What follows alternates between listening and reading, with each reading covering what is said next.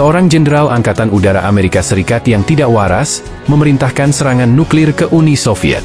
Presiden Amerika, para penasihatnya, kepala staf gabungan, berusaha mencegah awak B-52 yang mengikuti perintah sang jenderal untuk mengebom Uni Soviet. Apakah mereka berhasil mencegahnya?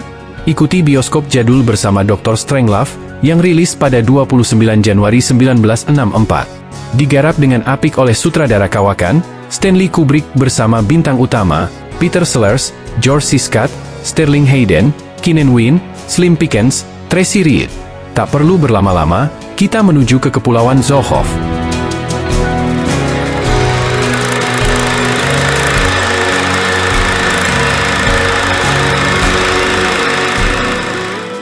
Film ini dibuka dengan gambaran suram puncak gunung yang menjulang di atas lautan awan, saat narator menjelaskan rumor bahwa Uni Soviet sedang mengerjakan perangkat kiamat. Diduga ini adalah puncak Kepulauan Zhukov, yang disebutkan oleh narator sebagai lokasi proyek kiamat. Beralih ke sebuah penerbangan, di mana terlihat B-52 Angkatan Udara Amerika, sedang mengisi bahan bakar di udara. Di pangkalan Angkatan Udara Berpleson, Kapten Grup Lionel Mandrake, dipanggil untuk menerima telepon dari Jenderal Jack D. Ripper, komandan pangkalan.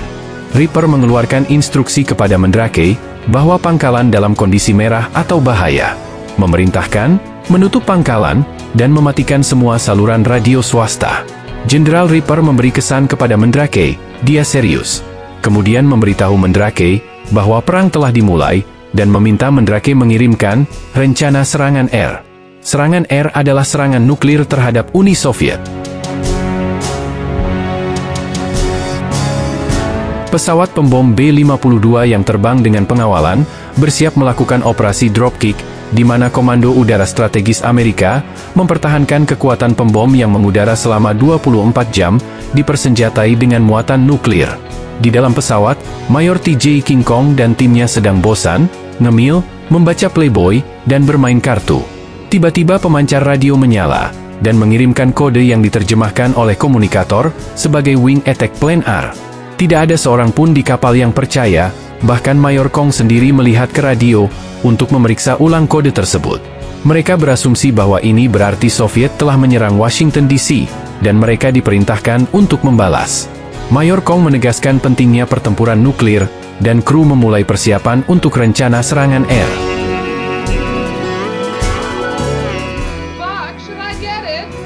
Telepon berdering di kamar tidur Jenderal Buck Turgidson, Kepala Staf Angkatan Udara Amerika. Nona Scott, sekretaris yang adalah gundiknya, sedang berjemur dengan lampu di tempat tidur mengenakan bikini, menjawab telepon. Percakapan antara Turgidson dan kolonel di ujung telepon pun berlangsung dengan Nona Scott sebagai perantara. Ia meneriakkan informasi ke seberang ruangan, agar Turgidson dapat mendengarnya.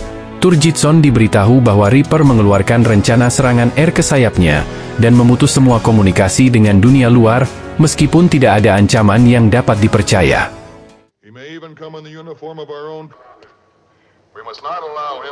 Kembali ke Berpleson, Ripper dan tentaranya bersiap mempertahankan markas dari serangan.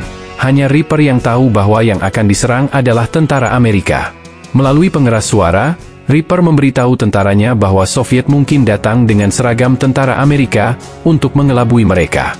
Dia memerintahkan tembak siapapun yang mendekat dalam jarak 200 yard dari pangkalan. Mandrake menyalakan radio dan mendengar siaran sipil, menunjukkan bahwa sebenarnya tidak ada perang tembak-menembak yang terjadi antara Amerika Serikat dan Uni Soviet.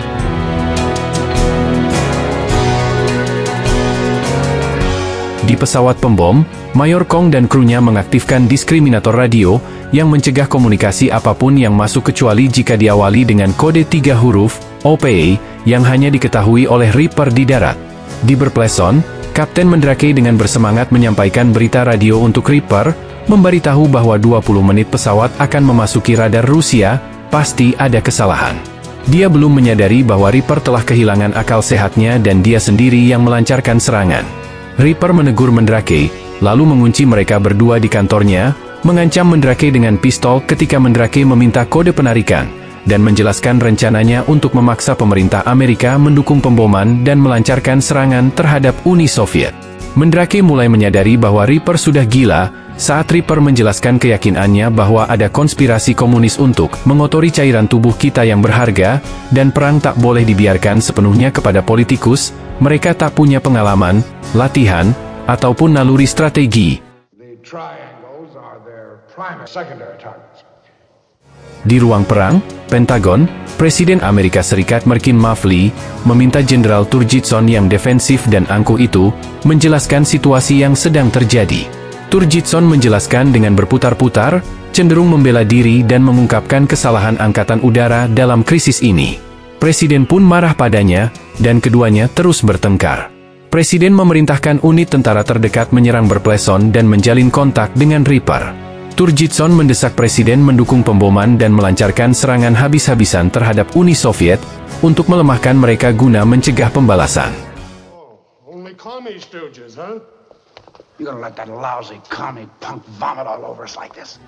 Duta Besar Rusia Alexei Desadesky diundang ke ruang perang untuk bernegosiasi. Turgidson sangat marah karena orang asing diizinkan masuk ke ruang rahasia itu. Turgidson dan sang duta besar bertengkar, dan akhirnya mereka pun bertengkar secara fisik. Presiden menghubungi Perdana Menteri Soviet, dan duta besar membantu bernegosiasi. Sementara itu, pembom terus mempersiapkan diri untuk menyerang.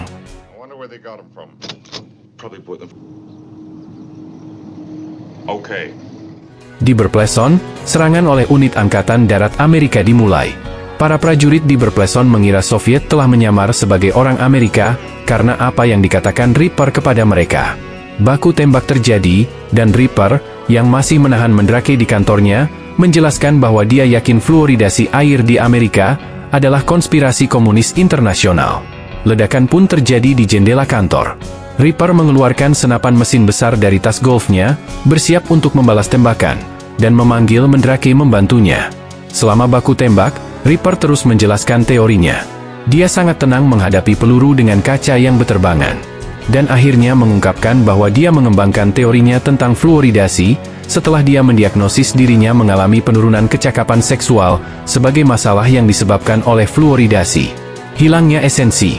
Sementara itu, di ruang perang, duta besar mencoba membantu Presiden Mafley berkomunikasi dengan Perdana Menteri Soviet, yang terdengar bersama simpanannya dan mabuk, sehingga Presiden harus berbicara kepadanya seperti anak kecil.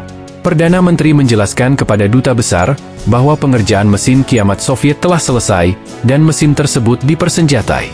Hal itu kemudian disampaikan Desadesky kepada Presiden dan semua yang ada di ruangan itu. Turgidson tidak percaya, dan berpikir bahwa Desadesky berbohong. Desadesky menjelaskan penemuan, kobalt thorium G, yang memiliki waktu paruh radioaktif 93 tahun. Desadesky memberitahu mereka bahwa mesin kiamat terhubung ke jaringan komputer yang akan melepaskan bom, jika senjata nuklir diledakkan di Uni Soviet. Hal itu akan menyebabkan ledakan dengan awan radioaktif mematikan, yang akan mengelilingi bumi selama 93 tahun. Dia menjelaskan bahwa ini adalah cara termurah untuk memastikan pencegahan dengan kehancuran yang dijamin bersama, dan bahwa Uni Soviet hanya melakukan hal tersebut ketika mereka mengetahui bahwa Amerika sedang mengerjakan hal serupa.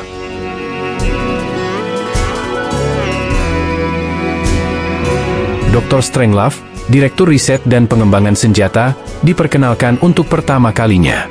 Dia di kursi roda, salah satu tangannya menggunakan sarung tangan hitam, dan dia merupakan stereotip ilmuwan gila. Dia menjelaskan bahwa dia memang menugaskan studi terhadap proyek semacam itu, namun berkesimpulan bahwa hal itu tidak praktis sebagai upaya pencegahan, meskipun relatif mudah untuk dilakukan. Strangelove menjelaskan beberapa teknologi dan teori di balik senjata semacam itu, dan mengkritik Rusia karena tidak memberitahu dunia tentang mesin kiamat, sehingga membuatnya tidak berguna sebagai alat pencegah. Desadesky menjelaskan bahwa hal itu akan segera diumumkan, sebagai kejutan, karena Perdana Menteri Soviet menyukai kejutan.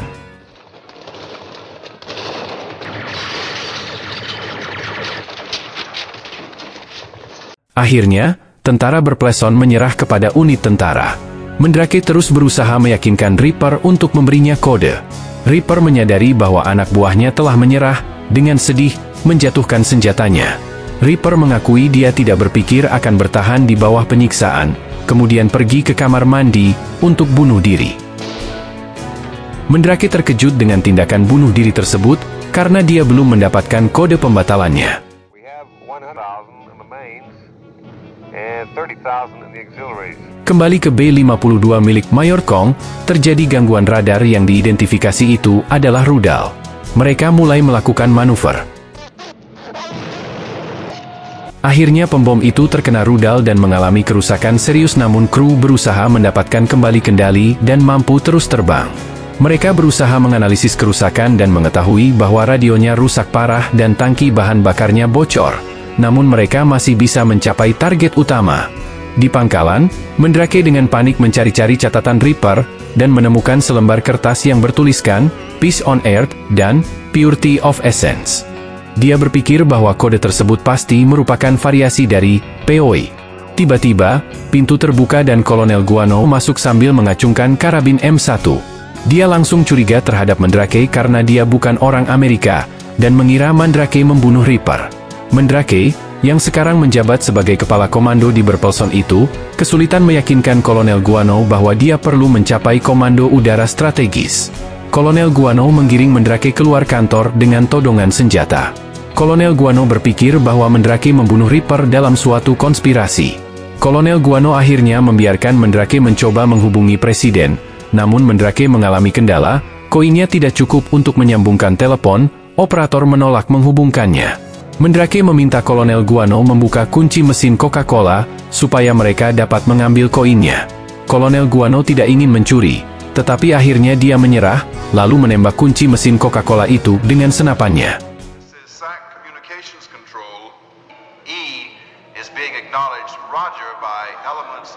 Di ruang perang, kode penarikan OPE telah diterima. Semua orang di ruangan itu merayakannya. Dilaporkan 4 pesawat dihancurkan musuh, dan 30 pesawat lainnya berbalik arah. Perdana Menteri Soviet kembali menelepon, dan dia marah. Ternyata ada 3 pesawat yang hancur, tapi ada 1 pesawat yang masih menuju ke sasaran. Itu pesawat Mayor Kong, hanya rusak dan masih menuju sasaran di Lapute. Presiden menyatakan Perdana Menteri Soviet menembak jatuh pesawat itu, dan memfokuskan seluruh pertahanannya pada target utama pembom di Laputa dan Bordov. Presiden bertanya kepada Turgidson, apakah pesawat tersebut benar-benar dapat melewati seluruh pertahanan Soviet? Turgidson menjelaskan bahwa pilot yang terbaik pasti dapat melewatinya dan menjatuhkan bom.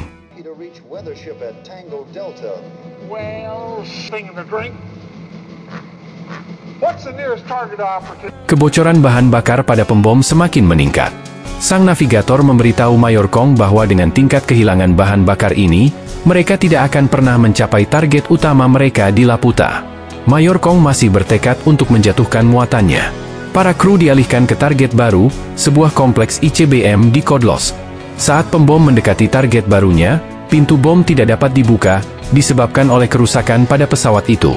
Mayor Kong turun ke kompartemen bom, untuk membuka pintunya secara manual. Pintu terbuka dan Mayor Kong menahan topinya agar tidak terbang saat bom dilepaskan. Mayor Kong akhirnya menunggangi bom meluncur jatuh, dia melambaikan topinya seperti bintang rodeo. Bom itu mencapai tanah dan meledak.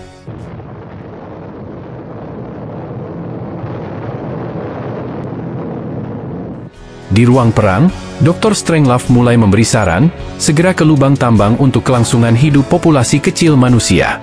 Orang-orang di ruang perang menyetujui rencana tersebut, dengan cepat mengabaikan segala upaya untuk mencegah reaksi nuklir yang sedang berlangsung. Di bawah pimpinan Mavli, mereka menanyai Strangelove tentang rencananya, yang menjamin bahwa setiap orang di ruangan itu akan selamat, tapi mereka perlu bereproduksi secara luar biasa, di mana 10 wanita untuk setiap pria. Sepanjang ocehannya, Strangelove berjuang mengendalikan tangan aliennya, yang terus mencoba melakukan salut Nazi atau mencekiknya. Turgidson dan seorang jenderal lainnya khawatir, setelah 100 tahun Rusia akan mengalahkan Amerika, dengan teknologi terowongan tambang yang lebih canggih, dan mereka mungkin menyimpan bom. Strangelove berdiri dari kursi rodanya, dan dengan gembira, menyampaikan bahwa ia punya rencana. Ia menyadari bahwa ia telah berdiri, dan dengan gembira Strangelove pun berteriak, Mein Führer, artinya aku bisa berjalan, dan film pun berakhir, dengan lagu, We Do Meet Again, mengiringi ledakan dan reaksi nuklir yang dahsyat.